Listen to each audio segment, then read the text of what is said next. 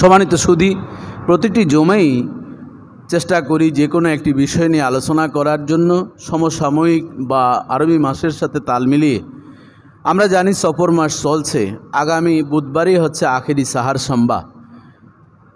এই বিষয়টি অনেকের কাছে একটু ধূম্রজাল বা একটু জাপসা মনে হয় যে আখেরি সাহার সম্বা বলতে আমরা কি বুঝি। তাই আজকের আলোচনার বিষয়ও নির্ধারণ করা হয়েছে মা হুয়া আখির সাহার সম্বা ও লিমাজা ও মাজা ইয়ামবাকি লি উম্মাতিন আন তাফআলা, অর্থাৎ আখিরি সাহার সম্বা কি ও কেন, এই আখিরি সাহার সম্বা উপলক্ষে উম্মতি মোহাম্মদীর কি করণীয় বা কি শিক্ষা, এই বিষয়ে আমরা আলোচনা করব। এই টপিক্সটাকে আমি আপনাদের বোঝার সুবিধার্থে কয়েকটি পয়েন্টে সাজিয়েছি।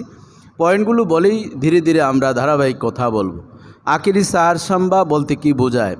রাসূলুল্লাহ সাল্লাল্লাহু আলাইহি ওয়াসাল্লাম তিনি অসুস্থতার যে তার সূত্রপাত হলো কিভাবে, রাসূলুল্লাহ সাল্লাল্লাহু আলাইহি ওয়াসাল্লামের ইন্তেকালের প্রস্তুতির রূপরেখাটা কেমন ছিল, অসুস্থতা থেকে মুক্তির পর তিনি তার কতদিন বেঁচে ছিলেন এবং তার অবস্থানটা কি আমলের মাধ্যমে তিনি কাটিয়েছেন, জিব্রাইল এবং আজরাইল আলাইহিস সালাম মালাকুল মাউত কীভাবে রাসূল সাল্লাল্লাহু আলাইহি ওয়াসাল্লামের কাছে অনুমতি চাইলেন আর কীভাবে রাসূল সাল্লাল্লাহু আলাইহি ওয়াসাল্লাম তাদের অনুমতিকে রিসিভ করলেন।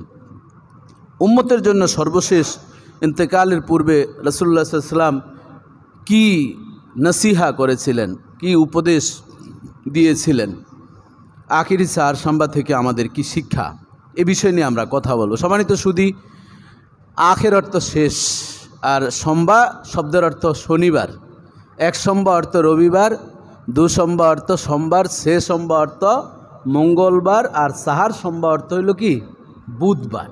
তাহলে সফর মাসের শেষ বুধবারকেই আখেরি সাহার সম্বা বলা হয়, অর্থাৎ সফর মাসের শেষ বুধবার। এইটাকে উর্দুতে এই পরিভাষায় কনভার্ট বা ডাইভার্ট করে সেটাকে বলা হয় কি আখেরি সাহার সম্বা।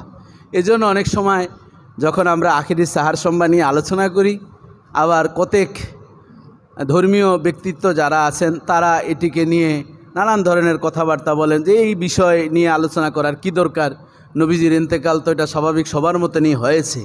অর্থাৎ যারা নবীর ইশক, নবীর ভালোবাসা, নবীর প্রেম যাদের ভিতরে নেই তারাই এই ধরনের প্রশ্ন করে, কথা ঠিক কিনা বলেন? আমরা রাসূল ইসলামের জন্ম থেকে ইন্তেকালের পূর্ব পর্যন্ত এটি রাসূল ইসলামের মিলাদ এবং সিরাত। নবুয়তির আগেরটাকে বলা হয় মিলাদুন নবী সাল্লাল্লাহু আলাইহি ওয়াসাল্লাম, নবুয়তির পরের জীবনটাকে বলা হয় কি সিরাতুন নবী সাল্লাল্লাহু আলাইহি ওয়াসাল্লাম। এটিকে নিয়ে আমরা বিভিন্নভাবে নবীজির সম্মান হানির ক্ষেত্রে আমরা চেষ্টা করব না, বরং ওয়ারাফা'না লাকা যিকরাক, যেমনিভাবে আল্লাহ তাআলা বলছেন যে আমি আপনার মর্যাদাকে সর্বোচ্চ করেছি, কুল্লামা যুকিরতু যুকিরতামাই, যেখানে আমাকে স্মরণ করবে সারা পৃথিবীর সৃষ্টি সেখানে আপনাকেও স্মরণ করবে। সে ম্যান্ডেটরি রেখেই আমরা এই আখিরি সাহার সম্বা রাসূলুল্লাহ সাল্লাল্লাহু আলাইহি ওয়াসাল্লাম তিনি কীভাবে অসুস্থ হলেন এবং অসুস্থতা থেকে মুক্তি পেয়ে সাহাবায়ে কেরাম উম্মত কীভাবে খুশি হলেন, এ নিয়ে অতি বাড়াবাড়ি আবার অতি সারাসারি, অতি বাড়াবাড়িও আছে আবার অতি সারাসারিও আছে। আমরা অতি বাড়াবাড়িও করব না, অতি সারাসারিও কি করব না। আমরা খায়রুল উমুরে আওসাতুহা, পয়গাম্বর আমাদেরকে শিক্ষা দিয়েছেন সব বিষয় সব ক্ষেত্রে মধ্যম পন্থা অবলম্বন করা কি উত্তম।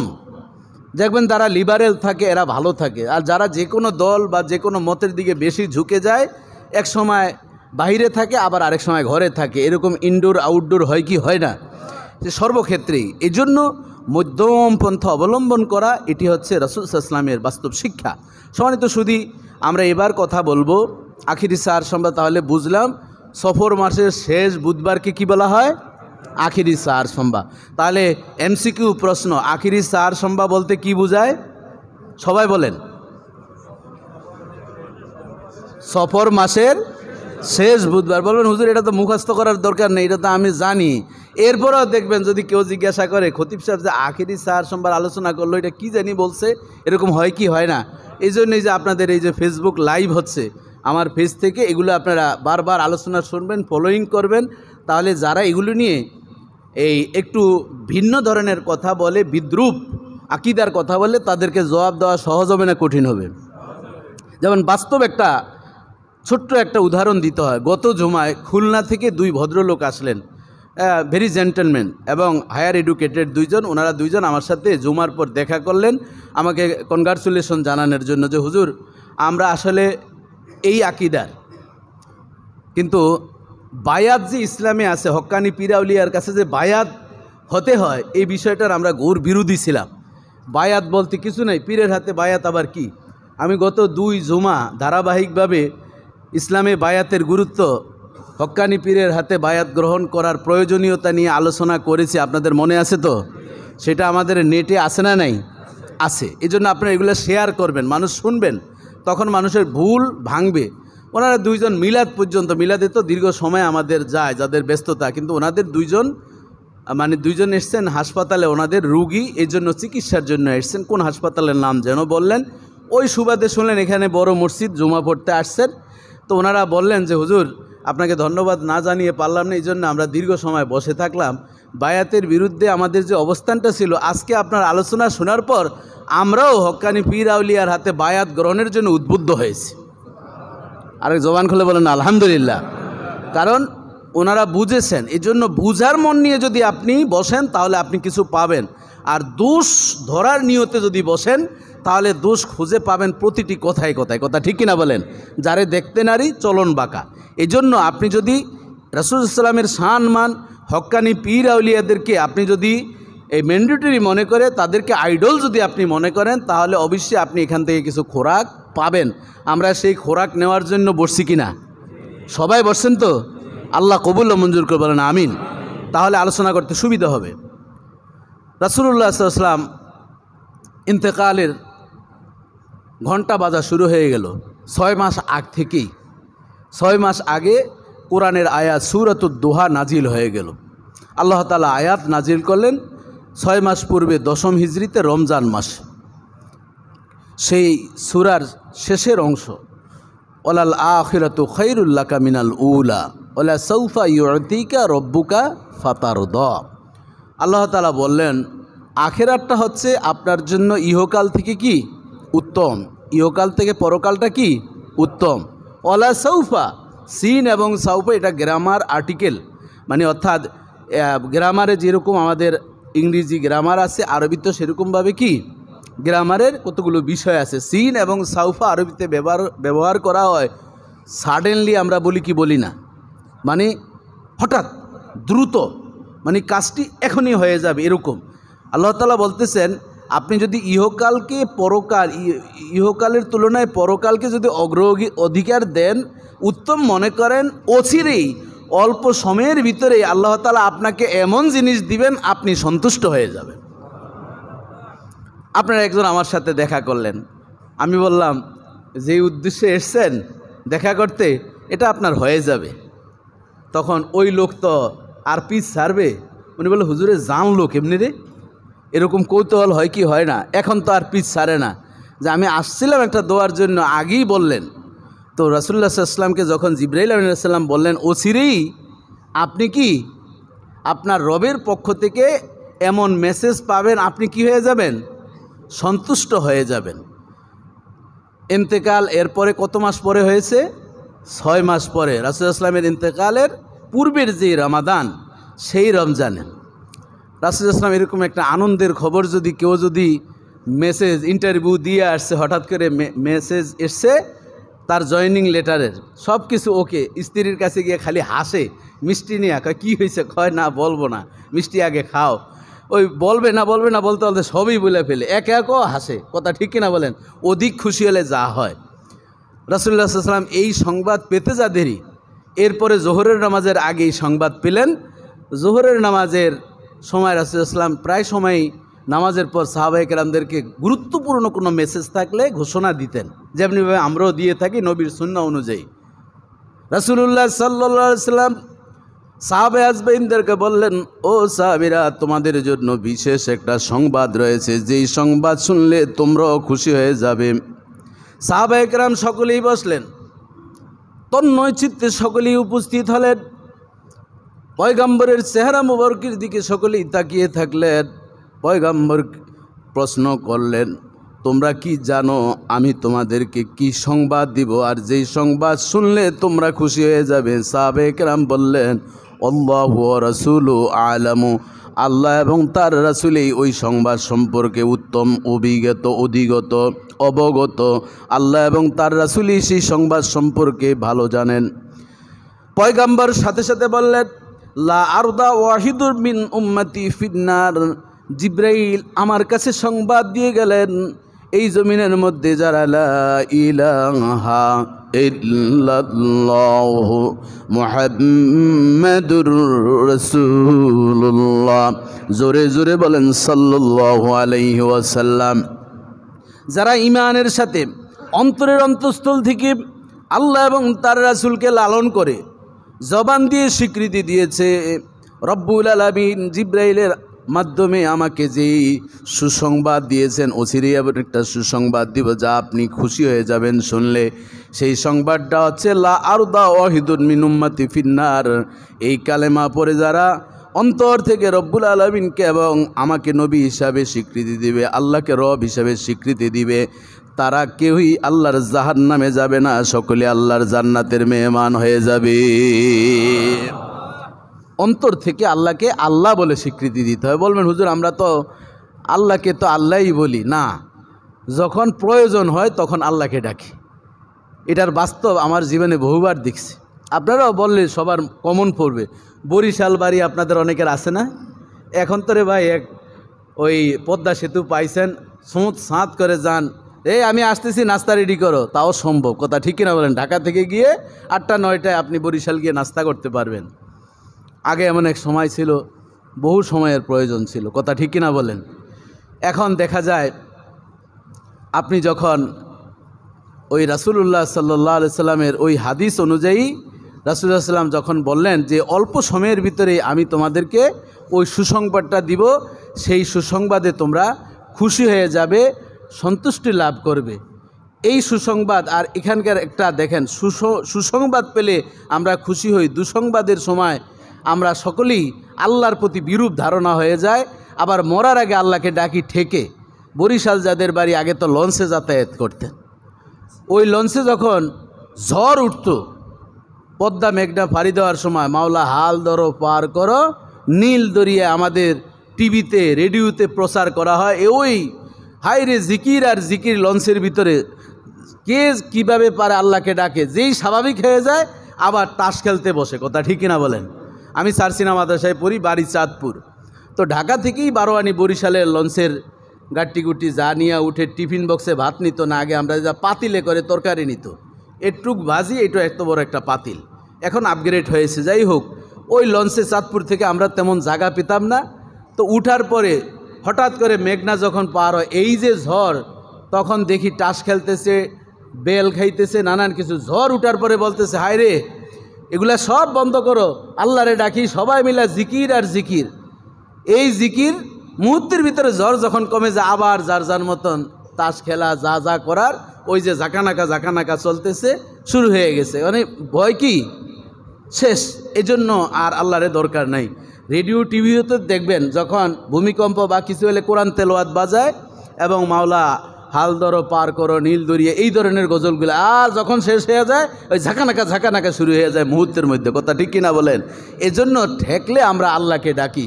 কিন্তু এখানে দেখেন, রাসূলুল্লাহ সাল্লাল্লাহু আলাইহি ওয়াসাল্লামের ফলোয়ার হতে গেলে শুধু ঠেকা নয়, সদা সর্বদাই রাসূলুল্লাহ সাল্লাল্লাহু আলাইহি ওয়াসাল্লামকে বলছেন, ওয়ালা সাউফা ইউতিকা রাব্বুকা ফাতারদা আলাম ইয়াজিদকা ইয়াতীমান ফাআওয়া ওয়াজাদাকা দাল্লান ফাহাদা ওয়াজাদাকা আইলান ফাআগনা ফাআম্মা ইয়াতীমা ফালা তাকহার ওয়া আম্মা সাইলা ফালা তানহার ওয়া আম্মা বিনিআমাতি রাব্বিকা ফাহাদ্দিস। যে আল্লাহর যে কোনো নিয়ামত পেলে আল্লাহর শুকরিয়া আদায় করাটা বান্দার জন্য এটা ওয়াজিব। কথা ঠিক কিনা বলেন? সবচেয়ে বড় শুকরিয়া হচ্ছে আমি পশু না হয়ে আমি যে মানুষ হয়ে জন্মগ্রহণ করেছি, এটার শুকরিয়া আদায় করে শেষ করতে পারবেন? আমি যে মুসলমানের ঘরে জন্মগ্রহণ করেছি, এটার শুকরিয়া আদায় করে শেষ করতে পারবেন? আমি যে আমার পয়গাম্বর যেই নবীর উম্মত হওয়ার জন্য নবীরা কাঁদছেন আর আমরা অটো সিস্টেমে হয়েছি, এই শুকরিয়া আদায় করে শেষ করতে পারবেন? মাযহাবের ভিতরে শ্রেষ্ঠ মাযহাব হানাফি মাযহাব। পৃথিবীতে যদি 850 থেকে 900 কোটি মানুষ, তন্মধ্যে 350 কোটি হচ্ছে মুসলিম, তন্মধ্যে 138 কোটি হচ্ছে ইমামুল আজম আবু হানিফা রহমতুল্লাহ আলাইহির অনুসারী। তাহলে আমাদের দলটা ছোট না বড়? তাহলে ওনার যে মাযহাবের অন্তর্ভুক্ত হতে পারছি এটার শুকরিয়া আদায় করে শেষ করতে পারবেন? সর্বশেষ আমরা যে আল্লাহ তাআলা সুস্থ রেখে আজকে মসজিদ পর্যন্ত আসার ব্যবস্থা করেছেন, এই শুকরিয়া আদায় করে শেষ করতে পারবেন? আপনার কত বন্ধু বান্ধব আছেন হাঁটতে পারে না, মসজিদে আসতে পারে না, একটু অসুস্থ হলে বোঝা যায় যে এর চেয়ে পরাধীন জীবন আর পৃথিবীতে নাই। কথা ঠিক কিনা বলেন?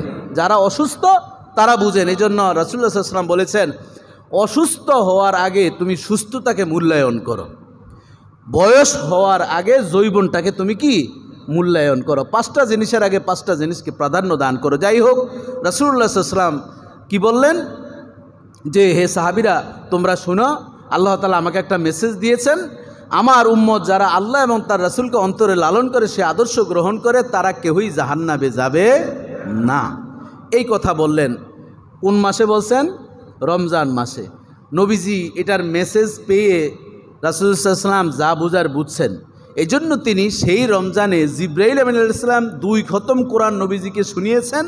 আবার নবী করিম সাল্লাল্লাহু আলাইহি ওয়াসাল্লাম জিবরাইল আলাইহিস সালামকে কয় খতম শুনিয়েছেন? 2 খতম। অন্য রমজানে 1 খতম, মানে একজন আরেকজনকে শোনাতেন।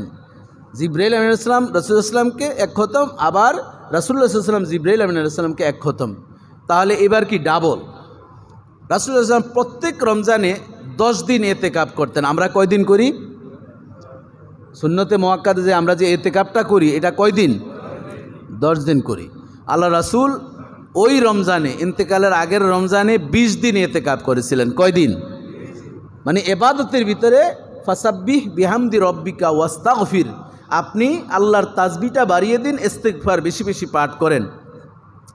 এই জন্য আমার প্রিয় নবী সেভাবে বাড়ালেন। নবী করিম সাল্লাল্লাহু আলাইহি ওয়াসাল্লাম ফাতেমা রাদিয়াল্লাহু তাআলা আনহাকে এই রমজান মাসে ডাক দেয়া বলেন, মারে তোমার বাবার মেসেজ চলে আসছে, আমি প্রস্তুতি নিচ্ছি, এজন্য আমার অনুকরণগুলো যেভাবে আমি শিক্ষা দিচ্ছি সেভাবে তুমি অনুকরণ করে নাও। ফাতেমা রাদিয়াল্লাহু তাআলা আনহা তার জীবনটা ছিল এমন, আলী ইবনে আবি তালিব রাদিয়াল্লাহু তাআলা আনহু চরিত্রের দিক থেকে 1 নম্বর ছিলেন, অর্থনৈতিক দিক থেকে অনেক গরিব ছিলেন। একটা কাপড়ই ফাতেমা রাদিয়াল্লাহু তাআলা আনহার ঘরে ছিল। কাপড়টা তো ছোট ছিল। রাসূলুল্লাহ সাল্লাল্লাহু আলাইহি ওয়াসাল্লাম ঘরে যখন নক করলেন দরজা খুলতে বিলম্ব হলো। বারবার তিনি সালাম দিচ্ছেন, একবার নয়, 2 বার নয়, 3 বার সালাম দেওয়ার পর ফাতেমাতুজ জোহরা রাদিয়াল্লাহু তাআলা আনহাকে বললেন, মাগো কেন দরজা খুলতে দেরি হচ্ছে, আমার হাসান হুসাইন কোথায়? তখন ফাতেমাতুজ জোহরা রাদিয়াল্লাহু তাআলা আনহা বলেন, আব্বাজান আমি দরজা খুললে আপনি আমাকে দেখে ফেলবেন। আপনার জামাতা আলী আমাকে যেই কাপড় দিয়েছেন ওই কাপড় দিয়ে যদি আমি আমার মাথা ঢাকতে চাই হাঁটুর উপরে কাপড় উঠে যায়, আবার হাঁটু যদি ঢাকতে চাই মাথায় কাপড় থাকে না। পৃথিবীর শ্রেষ্ঠ মানুষ সকল ধনভাণ্ডার যাকে দিতে চেয়েছে তার একমাত্র কলিজার টুকরা, যার সম্পর্কে পয়গম্বর বলেন আন্নাল ফাতেমাতা বুদাতুম মিন্নি, ফাতেমা হচ্ছে আমার কলিজার টুকরা, আমার শরীরের একটা অংশ। ফাতেমাকে যারা মহব্বত করবে, ফাতেমার সন্তান হাসান হুসেনকে যারা ভালোবাসবে, তার স্বামী আলীকে যারা ভালোবাসবে তারা আমাকেই ভালোবাসলো, আর তাদের জান্নাত আমি পয়গম্বরের সাথেই হবে। সেই পৃথিবীর শ্রেষ্ঠ রমণী, তার ঘরে কাপড়ও নাই। রাসূলুল্লাহ সাল্লাল্লাহু আলাইহি ওয়াসাল্লাম একবার ফাতেমাকে ডাক দিয়ে বলেন, ফাতেমা তোমার এই হাতের ভিতরে কালো কালো কি দাগ? বলতেছে, বাবা এই দাগ পরকালের জন্য রেখে দিয়েছি। আমার নবী বললেন, ফাতেমা কিভাবে তোমার দাগ হয়েছে? ফাতেমা রাদিয়াল্লাহু তাআলা আনহা স্বামীর বদনাম হবে এই জন্য বলতে চাচ্ছেন না, বলতেছেন, আব্বাজি আমার ঘরে একটা জাতা কল আছে, আমি গম যখন ফিসতে থাকি এটা ছাড়া আর আমার কোনো অবলম্বন নাই, এই জন্য গম ফিসতে ফিসতে আমার হাতে মেসের মতন দাগ পড়ে গিয়েছে। রাসূলুল্লাহ সাল্লাল্লাহু আলাইহি ওয়াসাল্লাম চোখ থেকে জোর করে পানি পড়ছে। বলল, মা কুল মাতাউদ দুনিয়া কালিল, দুনিয়ার জীবনটা অল্প সময়ের জন্য, পরকালের জীবনটা অনেক বড়। আজকের এই তোমার হাতের দাগের মাধ্যমে রব্বুল আলামিন খুশি হয়ে পৃথিবীর সকল মহিলাদের জান্নাতের সরদার হিসাবে তোমাকে কবুল করে নিয়েছে। বাবাজি বন্ধুরা আমার, সেই ফাতেমাতুজ জোহরা রাদিয়াল্লাহু তাআলা আনহাকে জামানার পয়গম্বর বললেন, মাগো আমার মেসেজ চলে আসছে, রব্বুল আলামিন আমাকে যেই মেসেজ দিয়েছেন সেই মেসেজ মনে হয় খুব সময় ঘনিয়ে এসে তোমাকে শুধু সাক্ষী করে রাখলাম। হজের সময় চলে আসলো। রাসূলুল্লাহ সাল্লাল্লাহু আলাইহি ওয়াসাল্লাম 1,14,000 সাহাবায়ে কেরামদেরকে নিয়ে হজ করতে গেলেন। 9 জিলহজ যখন আরাফার ময়দানে আমার প্রাণের নবী জাবালে রহমতে উঠে গেলেন, সাহাবায়ে কেরামদেরকে লক্ষ্য করে তিনি যখন বক্তব্য দিবেন, এর পূর্ব মুহূর্তে রব্বুল আলামিন সূরাতুল মায়েদার 3 নম্বর আয়াত নাজিল করলেন, আল ইয়াউমা আকমালতু লাকুম দীনাকুম ওয়া আতমামতু আলাইকুম নি'মাতি ওয়া রাদিতু লাকুমুল ইসলাম দীনা। জোরে জোরে বলেন আল্লাহু আকবার। সর্বশেষ আয়াত এটি নাজিল হয়েছে আরাফার ময়দানে 9 জিলহজ জাবালে রহমতে।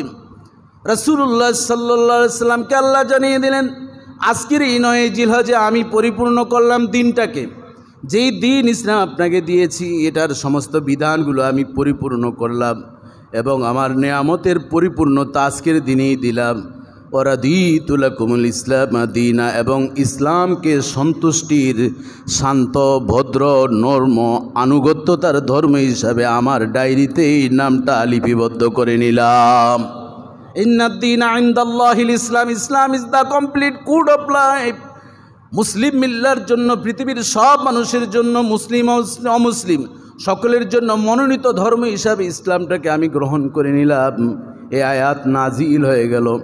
রব্বুল আলামিন সূরা আলে ইমরানের 85 নম্বর আয়াতে বলেন, মাইয়াবতাগি গায়রাল ইসলামি দীনান ফালাই ইউকবালা মিনহু ওয়া হুয়া ফিল আখিরাতি মিনাল খাসিরিন।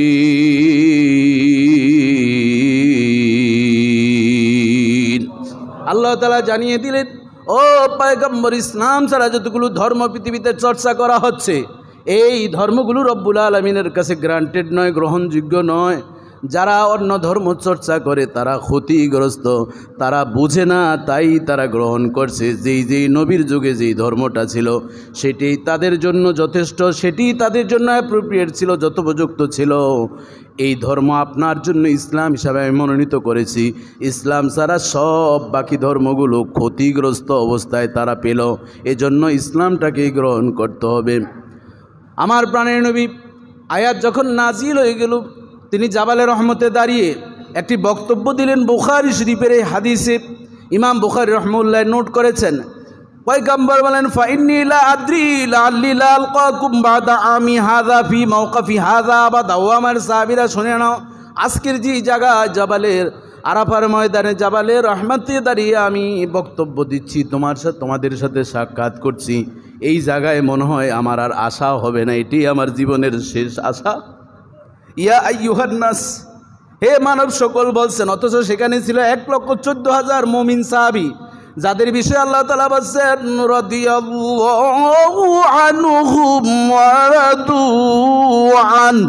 রব্বুল আলামিন তাদেরকে ডাক দিয়ে বলছেন আল্লাহ তাদের প্রতি সন্তুষ্ট, তারাও আল্লাহর প্রতি সন্তুষ্ট। এই সন্তুষ্টশীল সাহাবাদের মাঝে আমার পয়গম্বর বলছেন, ইয়া আইয়ুহান নাস।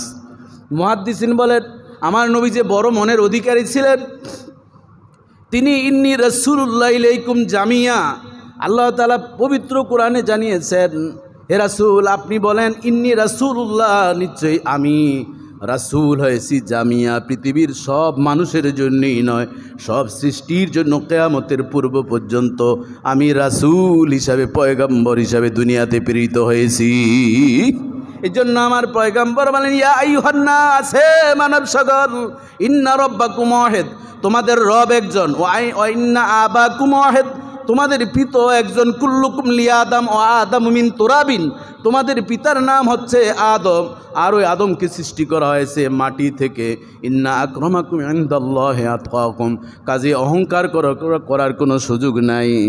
যার আল্লাহর ভয় আছে, যার অন্তরের ভিতরে, সেই সবচেয়ে আল্লাহর কাছে দামি। চেহারা সুন্দরের কাছে, সুন্দরের জন্য দামি নয়, অধিক ডিগ্রির কারণে দামি নয়, বরং আল্লাহর ভয় যার অন্তরের ভিতরে লালন করে, আল্লাহর ভয়ের কারণে তাকওয়ার গুণে সে গুণান্বিত হয়ে দামি হয়ে যায়। ওয়ালাইসা লিআরাবি ফাদলুন আলাল আযামি, যারা আরবি, আরব দেশে যাদের জন্মগ্রহণ করেছে, আরবিতে কথা বলে, কোরআনের ভাষায় তারা কথা বলে, এজন্য অনারবির উপর আরবিদের দাম এরকম নয়।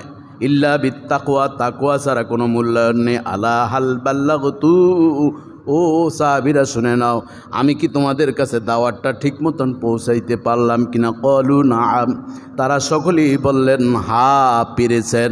তখন আমার জামানার পয়গম্বর চিৎকার করে বলেন আল্লাহুম্মা শাহাদ। সাহাবে একরাম বলেন নবীজি তখন দুহাত আকাশের দিকে তুললেন, নবীর শুভ্রতা দেখা গেল, তিনি হাত তুলে বলেন আল্লাহুম্মা শাহাদ, আল্লাহুম্মা শাহাদ, আল্লাহুম্মা শাহাদ। আল্লাহ তুমি সাক্ষী থাকো, আল্লাহ তুমি সাক্ষী থাকো যে রেসালতের দায়িত্ব তুমি আমাকে দিয়েছ। আমার সাহাবীরা ঘোষণা দিয়েছে ওই রেসালতের দায়িত্ব আমি শতভাগ পালন করতে পেরেছি। জামানার পয়গম্বর বলেন ফালিউবাল্লিগ শাহিদাল গায়বা, ও আমার সাহাবীরা যারা এখন নেই, কিয়ামতের পূর্ব পর্যন্ত যারা আসতেই থাকবে এই দুনিয়ার জমিনে, তাদের কাছে এই মেসেজটা পৌঁছিয়ে দিবে। এক আদমের সন্তান, অহংকার করার সুযোগ নাই, কারো উপর কারো মর্যাদা আলাদা নেই। যার ভিতরে আল্লাহর ভয় আছে, ইসলাম আছে, নবীর প্রেম আছে, তাদের দাম সবচেয়ে আল্লাহর কাছে বেশি। বাবাজি বন্ধুরা আমার, 9 জিলহজ শেষ হলো, এর পরের দিন 10ই জিলহজ। কাজ কি? জামরায় গিয়ে পাথর মারা, মুজদলিফা থেকে আসা, এসে পাথর মারা, তারপর কুরবানি করা, তারপর মাথা হলক করা, কথা ঠিক কিনা বলেন? এই কার্যক্রমগুলো যখন রাসূলুল্লাহ সাল্লাল্লাহু আলাইহি ওয়াসাল্লাম করতেছিলেন, হঠাৎ করে জিবরাইল আলাইহিস সালাম পূর্ণাঙ্গ একটা সর্বশেষ সূরা, এরপর আর সর্বশেষ একত্রে কোনো সূরা নাজিল হয় নাই, নাজিল হয়ে গেল ইযা জাআ নাসরুল্লাহি ওয়াল ফাত ওয়া রাআইতান নাসা ইয়াদখুলুনা ফি দীনিল্লাহি আফওয়াজা।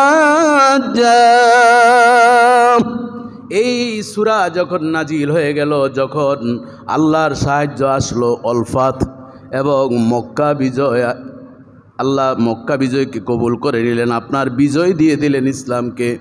যখন মক্কা বিজয় হয়ে গেল, ওরাইতান নাসা ইয়াদখুলুনা ফি দীনিল্লাহি আফওয়াজা, দলে দলে মানুষ কালেমা পড়ে কালেমার পতাকা তলে চলে আসলো।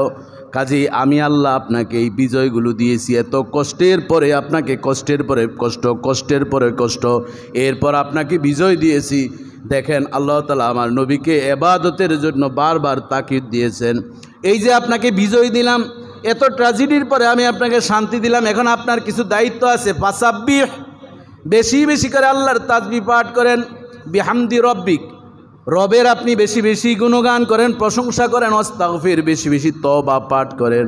মুফাসসিরিন বলেন আমার নবীর তো গুনাহ নাই, তারপরে কিসের তওবা? তার মানে উম্মতরা যাতে বুঝে নবীরই যদি এত তওবার জন্য তাকিদ দেওয়া হয়, তাহলে উম্মতের আরও বেশি তওবা পাঠ করার দরকার আছে না নাই? বলবেন হুজুর তওবা কি? রুজুআনিল মাসিয়া, গুনাহ থেকে ফিরে আসা। গুনাহ করেছি আর করব না, সুদ খেয়েছি আর খাবো না, ঘুষ খেয়েছি আর আমি ঘুষ খাবো না, অন্যায় বিচার, জিনা বেবিচার যা করেছি আমি আর করব না, এই সব থেকে ফিরে আসার জন্য রব্বুল আলামিন শিক্ষা দিয়েছেন ফাসাব্বিহ বিহামদি রাব্বিকা ওয়াস্তাগফির, বেশি বেশি রব্বুল আলামিনের তাসবিহ পাঠ করো এবং হামদ, আল্লাহর হামদ প্রশংসা করো। সুযোগ পেলেই আমরা বলবো আলহামদুলিল্লাহি রাব্বিল আলামিন। নামাজ পড়তে এসেছি, ফরজ নামাজের পর দোয়া কবুল হয়, বেশি বেশি তাসবিহ পাঠ করব। সুবহানাল্লাহ সুবহানাল্লাহ সুবহানাল্লাহ, আলহামদুলিল্লাহ আলহামদুলিল্লাহ আলহামদুলিল্লাহ, আল্লাহু আকবার আল্লাহু আকবার আল্লাহু আকবার, আস্তাগফিরুল্লাহ আস্তাগফিরুল্লাহ। এই বিষয়গুলো ইবাদত করার দরকার আছে না নাই? আল্লাহ তাআলা শিক্ষা দিলেন। জামানার পয়গাম্বর ইন্তেকালের রূপরেখাটা কিভাবে হলো? রাসূলুল্লাহ সাল্লাল্লাহু আলাইহি ওয়াসাল্লাম হজের কাজ শেষ করে যখন মদিনায় চলে আসলেন, মদিনায় এসেই 70 জন উহুদের প্রান্তে শাহাদাত বরণ করলেন। তন্মধ্যে সাইয়্যিদুস শুহাদা আমির হামজাও ছিলেন, নবীজির চাচা আমির হামজা অপর দিক থেকে তিনি নবীজির দুধ ভাইও ছিলেন। তাদের কবরের পাশে দাঁড়িয়ে গেলেন। উকবা ইবনে আমির রাদিয়াল্লাহু তাআলা বলেন সাল্লাল্লাহু আলাইহি ওয়াসাল্লাম আলা কতলা উহুদিন বা'দা 8 সিনিন কাল মুআদ্দি লিল আহইয়াই ওয়াল আমওয়াত, রাওয়াহুল বুখারী ওয়াল মুসলিম। জামানার পয়গাম্বর ওহুদের যুদ্ধে যায় যে 70 জন শাহাদাত বরণ করেছেন তাদের কবরের পাশে গিয়ে তিনি বলতেছেন কাল মুআদ্দিলিল আহিয়া ওয়াল আমওয়াত, কেমন যেন তাদেরকে বিদায় নিচ্ছেন আর দিচ্ছেন। মানুষ যেমন কারো কাছ থেকে বিদায় নেয়, ভাই আপনার সাথে মনে হয় আর দেখা হবে না, আপনি বিদেশ চলে যাচ্ছেন, আমাকে ক্ষমা করে দিয়েন, আমি বিদেশ চলে যাচ্ছি, আমাকে ক্ষমা করে দিয়েন। আমার পয়গাম্বর ওই ওহুদের 70 জন সাহাবী নবীর চাচা আমির হামজাকে টুকরো টুকরো করে পৃথিবীর জমিন থেকে বিদায় করেছে। আমার রাসূল চাচার সেই স্মৃতি তিনি ভুলে যেতে পারেন নাই।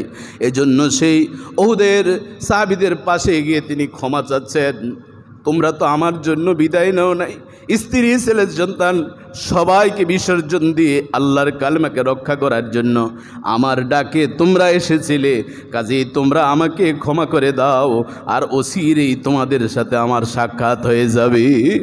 নবীজি গুছিয়ে আসতেছেন, এভাবে তিনি বিদায় নিতে লাগলেন আর দোয়া করলেন, ইন্না বিকুম লাহিকুন, আমি অচিরেই তোমাদের সাথে সাক্ষাৎ করব। ওহুদের ময়দান থেকে তিনি বিদায় নিলেন, চলে আসলেন এরপর জান্নাতুল বাকিতে দোয়া করার জন্য।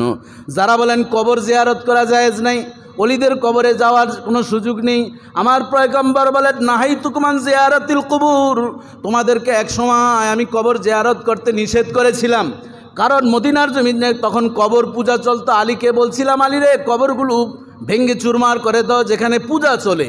যখন কবর ভেঙ্গে সমান করা হলো, কবর পূজা বন্ধ করা হয়ে গেল, আমার নবী বলেন ফাজুরুহা, এখন থেকে তোমরা কবর জিয়ারত করো, ফাইন্নাকুম তুজাক্কিরুল মাউত, কবর জিয়ারত করলে মৃত্যুর কথা বেশি বেশি স্মরণে পড়ে যায়। এজন্য খাজা আবুল কাদের রহমতুল্লাহ আলাইহির এখানে কবর আছে, দোয়া করবেন, এখানে দাঁড়িয়ে দোয়া করবেন, আল্লাহ ওলির উসিলায় আমাদেরকেও মাফ করো। আমাদের মা বাবা আত্মীয় স্বজনের কবর তো অনেক দূরে, যেতে পারি না, ঢাকার শহরে থাকি, এই দোয়ার সাথে আমার মা বাবারেও তুমি সংযোগ করে দিও। আরে মা বাবার উসিলায় পৃথিবীতে এসছি, এমনও অনেক সন্তান আছে মা বাবার খেদমত ঠিক মতন করতে পারে নাই, টাকা ছিল না, চিকিৎসা করতে পারে নাই, দামি গাড়ি কিনতে পারে নাই, এখন কিনেছে, কিন্তু মা থাকলে কত আনন্দ তো করতো, বাবা থাকলে গাড়িটার দিকে তাকাইতো, উঠোক আর না উঠোক মুস্কি হাসি দিয়ে বলতো, বাবা এই গাড়িটা তুমি চালাও, কোথায় টাকা পেলে? বাবার হাতে কিছু যদি ফল ফলাদি দেয়, গরিব বাবার হাতে কালো কালো আঙ্গুর দেয়, বড় একটা মাছ নিয়ে যায়, বাবা শুধু চোখ থেকে ঝরঝর করে পানি পড়ে আর বলে, আরে এত বড় মাছ তো তোদেরকে খাওয়াইতে পারি নাই কোনো দিন। ওই সন্তানগুলো এখন আমাদের হাত ধরে ধরে কান্না করে, হুজুর কোটি কোটি টাকার মালিক হয়েছি, নাই মা নাই বাবা, কি আমল করলে মা বাবারে স্বপ্নে দেখা যায়। রাসূলুল্লাহ সাল্লাল্লাহু আলাইহি ওয়াসাল্লাম জান্নাতুল বাকিতে ওই যে কলিজার টুকরা ফাতেমা রাদিয়াল্লাহু তাআলা আনহার কবর, এজন্য যখনই মন চাইতো ওই জান্নাতুল বাকিতে গিয়ে মেয়ের কথা মনে করে করে কান্না করতো, আর মা বাবার কথা মনে করে কান্না করতো। আর সেখানে ওসমান ইবনে আফফান রাদিয়াল্লাহু তাআলার মাকবারা রয়েছে জান্নাতুল বাকিতে, মদিনা শরীফের রওজা মুবারকের কাছাকাছি যেই জান্নাতুল বাকি, সেখানে আমার পয়গম্বর কবর জিয়ারত করলেন। একজন নয়, দুইজন নয়, 10,000 সাহাবীর কবর সেখানে আছে, যারা হচ্ছে জান্নাতি আমার নবী সার্টিফিকেট দিয়েছেন। রাসূলুল্লাহ সাল্লাল্লাহু আলাইহি সাল্লাম সেই জান্নাতুল বাকিতে তিনি কবর জিয়ারত করলেন। 10 দিন তিনি অসুস্থ ছিলেন এই সফর মাসে। রাসূলুল্লাহ সাল্লাল্লাহু আলাইহি সাল্লাম অসুস্থতা থেকে মুক্তি পেয়ে গেলেন সফর মাসের 28 সর্বশেষ যেই বুধবার, এই বুধবারে তিনি সুস্থতা বোধ করলেন। সুস্থতা বোধ করার পর সাহাবায়ে কেরাম তো খুশি হয়ে গেলেন। রাসূলুল্লাহ সাল্লাল্লাহু আলাইহি ওয়াসাল্লাম বলেন, আমাকে তোমরা গোসল করাও। 7 মশক পানি দিয়ে গোসল করালো। সাহাবায়ে কেরাম এটা এত বেশি তৃপ্তি পেল, ভাবছেন যে নবীজি জান্নাতুল বাকিতে গিয়েছেন, ওহুদের সাহাবীদের কবরের পাশে গিয়ে এত কান্না করেছেন, কখনো আমরা এমন কান্না করতে দেখি নাই। মনে হয় নবীজি আর ইন্তেকাল করবেন না, যে অসুস্থ হয়েছে আমরা ভেবেছি নবীজি বিদায় নেবেন। এই বুধবারে তিনি সুস্থ হয়েছেন, সফর মাসের শেষ বুধবার। সাহাবায়ে কেরাম গরিব অসহায় দুস্থ মিসকিনদেরকে বহু অর্থ সম্পদ খাবার বিতরণ করেছেন। এই জন্য এই নিয়তে যদি কোনো উম্মত ওই সফর মাসের শেষ বুধবারে গরিব অসহায় মিসকিনদেরকে দান করে, তাহলে রব্বুল আলামিন এর উসিলায় তার মা বাবার কবরের আযাব মাফ করে দিবেন। কেউ বলবেন, হুজুর এটা বেদাত, এটা কি হাদিসে ছিল? ওরে বাবা, তোমার হাদিসের যত দরকার আমার কাছে আসো, এটা কি তুমি বুঝো না? রাসূলুল্লাহ সাল্লাল্লাহু আলাইহি ওয়াসাল্লাম বলেছেন, ইজা মাতাল ইনসানু ইনকাতা আনহু আমালু ইল্লা মিন সালাসা ইল্লা মিন সাদাকাতিন জারিয়া আও ইলমিন ইয়ানতাফিউ বি আওলাদিন সালিহ ইয়াদউ লাহু। জামানার পয়গম্বর বলেন, মানুষ যখন ইন্তেকাল করে কোনো আমল করার সুযোগ থাকে না, তিনটা জিনিস বাকি থাকে, সদকা জারিয়া যদি করে, গরিব মিসকিন অসহায়কে যদি দান করে। আমার পয়গম্বর বলেন, মা বাবা কবরে বড় অসহায় অবস্থায় থাকে আর তাকিয়ে থাকে, আরে আমার সন্তানগুলো যদি আমার জন্য কিছু পাঠাইতো।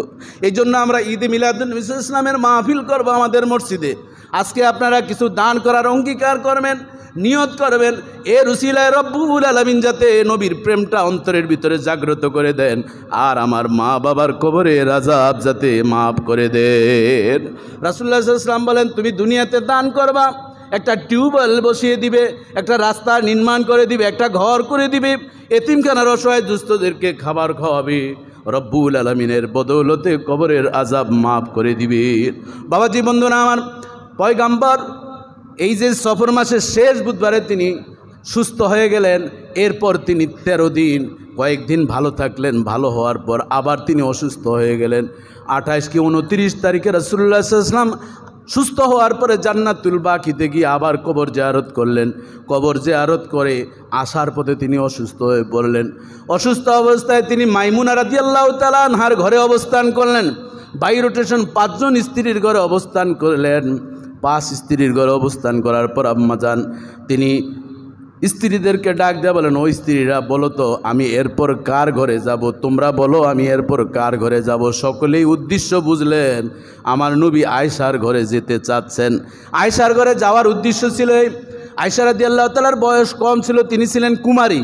তিনি রাসূলুল্লাহ সাল্লাল্লাহু আলাইহি ওয়াসাল্লামের মনোরঞ্জন আকর্ষণ করার জন্য রাসূল সাল্লাল্লাহু আলাইহি ওয়াসাল্লামের মেজাজ বুঝতেন, খেদমত ভালোভাবে তিনি করতে পারতেন, এবং অন্য স্ত্রীর সবার মিলে যতটুকু মেধা ছিল আম্মাজান আয়েশার তেমন মেধা ছিল। রাসূলুল্লাহ সাল্লাল্লাহু আলাইহি ওয়াসাল্লাম বলেন, আন্নাল আয়েশাতা নিসফুদ্দিন, ও আমার সাহাবীরা জানো, তোমরা শুনে নাও, আমার এই ইসলামের অর্ধেক জ্ঞান আল্লাহ তাআলা আমার স্ত্রী আয়েশাকে দান করেছে।